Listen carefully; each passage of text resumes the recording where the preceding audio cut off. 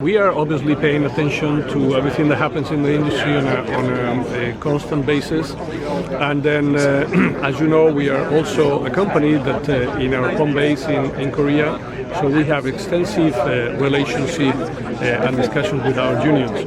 Let me tell you that the company has been doing well. We try to offer to our employees the best conditions that we possibly can. In fact, when we have recently announced additional investment of $2 billion in our plants in Savannah, Georgia, actually 2 weeks ago, we could announce that we are offering wages which are about 25% above the average wages in that state.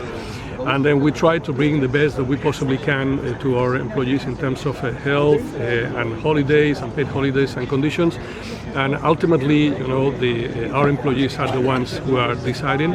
And so far, in our operations in the U.S., they decide not to be unionized. In Korea, we are, and then relationship is good. The last few years, the company has been doing well, no issues, and I think we are advancing well in the current negotiations as well in our home country. Of course, the UAW is dying to organize any of the foreign automakers' plants here in the U.S.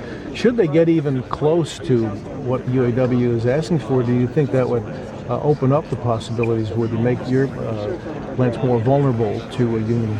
Well, you know, as mentioned, we have good relationship with everywhere we operate. By providing the employees the best conditions, they are the ones who have to take the decision. They've done it in the past, they keep doing it now. They're the ones who need to speak. But we make our utmost effort to convey to our employees, the benefits that the company is able to deliver. So I think that's our best strategy so far, and we'll stick to it for the time being. All right, thank you.